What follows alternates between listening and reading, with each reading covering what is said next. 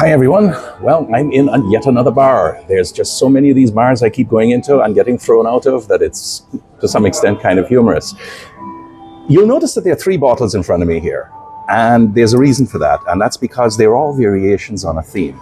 And you know, I've often felt that we've had in the rum world a number of unanswered or at least unresolved questions. One of those, for example, is classification. Another one is what we choose to see as important and therefore emphasize in producers' marketing materials or whatever it is. And of course, that is usually a question of the still, the fermentation, the source material, whatever it is, whether it is molasses or cane juice or cane honey or what have you. And then there is, of course, the aging. Those are the four main key points. But what I've seen in the last little while is that, especially for the big producers who do mass market stuff, and even some of the smaller ones, the role of fermentation is to some extent somewhat denigrated, or at least not emphasized quite as much. And these three rums are, I think, a poster child for why that shouldn't be the case. I do actually believe we should pay more attention to this kind of stuff, because the results from people who focus their attention not on source and not on still and not on aging, but on fermentation with different kinds of bacteria and yeast and whatever, is something of an undiscovered treasure that we ignore at our peril. And if you look no further than what the Jamaicans do with their muck and dunder pits, look no further than the LFT that Foursquare put out, the results speak for themselves. It's absolutely incredible. Which brings me to the Cairns Rum Company. Now, to give you some backstory on this, I did meet a guy, not meet, but online, I did meet a gentleman called Callum Upfold some years ago, and he is from New Zealand, and he and his father created a small distillery. Which year was it? I forget now. Not too long ago, 2017 maybe. Link 44, I think that might have been what it was called. But the important thing to understand is that he created the distillery because he loved playing with his stuff, right? I mean, he was like a kid in his backyard, and he played with microbiology and chemistry and bacteria and everything else that was, in these backyard work that he did. And then with his small company that he created, he played some more and tried to make fermentation the core and center of it. He's a bit of a geek, really, But fast forward to about 2023, 2024, and three people, including Callum, created the Cairns Rum Company. The other two are Ben Kincaid and Mr. White. I call him Mr. White because that's his last name, right? And they set up in northern Queensland, not too far from the Mulgrave sugar factory, which gives them tropical surroundings, tons of sugarcane, and a factory nearby from which to get their basic stuff from. Now, the important thing to understand is what they do is they are playing around also with yeast. Not for them the you hear a lot about wild yeasts are being used for fermentation, or we're using a commercial yeast, which is probably Saccharomyces or something like that, right? But what they're doing is they're concentrating their work based upon the research that was done by Arroyo in the 40s. They're trying to do better with Pombe. And I think a few years ago, Richard Seal started to talk about that when he was making his own discussions on distillation technology and fermentation. And I think they're following in those footsteps, or at least in parallel with it. And that leads me to the three rums we have in front of us here. All three of these things are unaged. And all of them, I don't know why they have two blacks and a white, but you know what? This is what it is. So this is what they are. This is simply called the Foundation, and it's a 40% white rum, unaged, made from cane syrup, and it's come off of a double pot still, like all of them have, and the fermentation period for the cane syrup is just about 5 days. This one is a little bit different. This one is called the MYTM. I really have to look my notes up here because I'm doing this very quickly, so please excuse me if I kind of look back and forth. The MYTM name actually refers to the two people who developed the strain of yeast that we're talking about, two Japanese gentlemen by the name of Matao Yokawa and Tetsuo Maki, which is sort of like a tongue-in-cheek nod to their contributions to the effort of making this unaged rum, which had a fermentation period of 3 days and is bottled at 50%. So we've got a 50% white rum, a 40% white rum, and then the last one, which is called the Suave Reserve. Okay, 54% and a bit, 54.2% and a bit, and again, unaged, 6-day fermentation time. You'd think that with general specs that are just about the same, so canes, it's a cane syrup substrate. It is fermented all between 3 to 6 days, all using the same, probably different strains of yeast, but not a whole bunch, and all run through a pot still, no unaged. They would be reasonably similar. They aren't. They absolutely aren't. These things are as unalike as chalk and cheese. If you tasted these three blind, you'd swear it was three different companies making them. And this is what I mean. So the first one, the 40%. Wow. Now, I've had this on the go for about an hour, right? Because I've set up, I've tasted, I've put my notes together, did some thinking and so on. This is 40%, but what it is, it's got a ton of salt and olives. Even at 40%, there's an amazing pungency of flavor here, which is very unusual for 40%, even when I taste first thing in the morning when I'm fresh, right? There's wax, there is acetones, yes, not too much sweet there. There's a certain depth to it that is also quite unusual for an unaged white rum that, is from some little company that's fresh out of the gate. It's good. Yeah. You're going to get a little bit more of the fruits as this thing opens up. So we're talking about light fruits here, guavas, pears, watermelons, papayas, that kind of thing. There's nothing particularly unusual about it, except for little notes of marzipan and licorice that kind of whisper around the back end of it. And as for tasting it,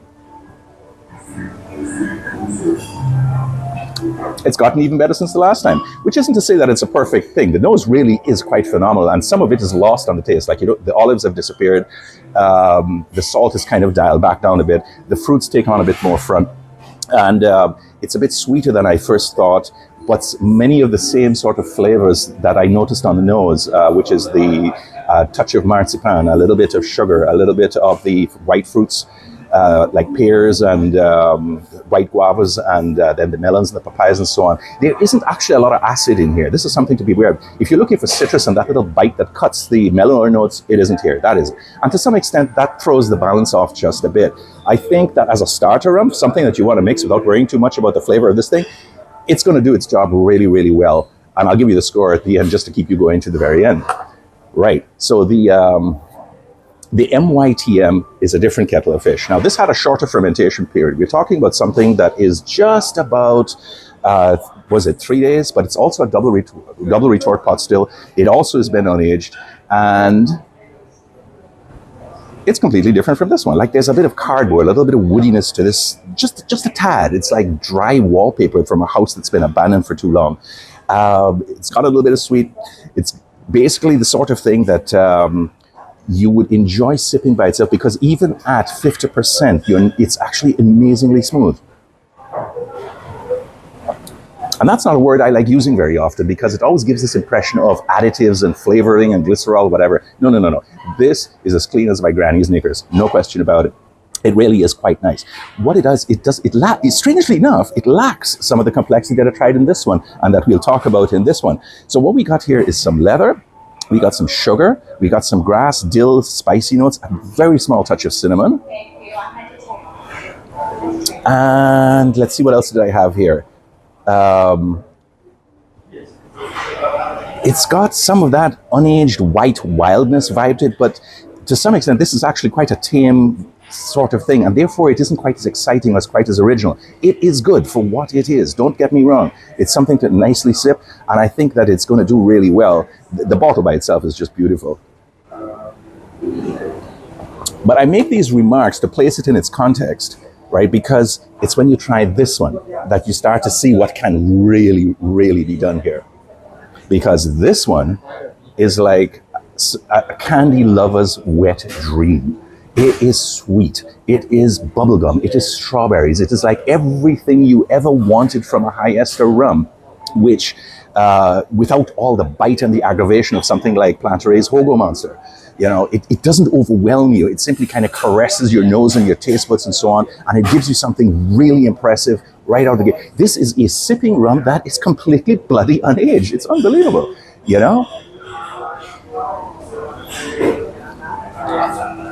Yeah, you're getting just about everything that these two do. You're getting leather, a little bit of smoke when you taste it. You're getting some of the fruits, white and otherwise. There's a lusciousness to it that I absolutely like. Here, you do get a bit of dryness, and you do get a little bit of citrus notes, perhaps lemon peel.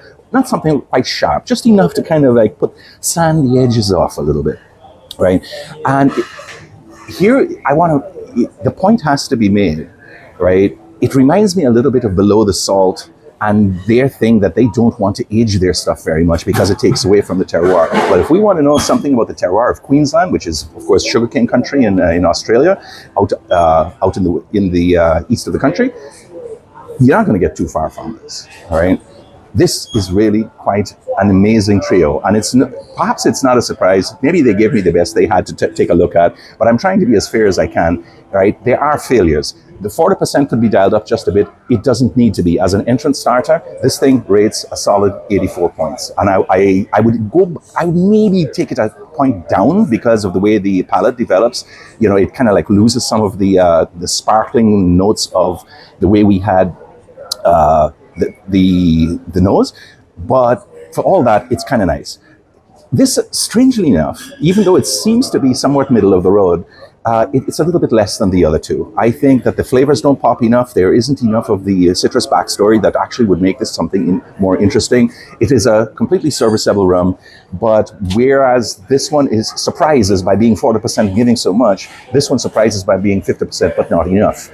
Which isn't to say it's bad, simply that if there's a price differential between these two, I would pick this one. This one will be cheaper at 40%, of course, right? And the surprise of the day is definitely this one. I really, really love this.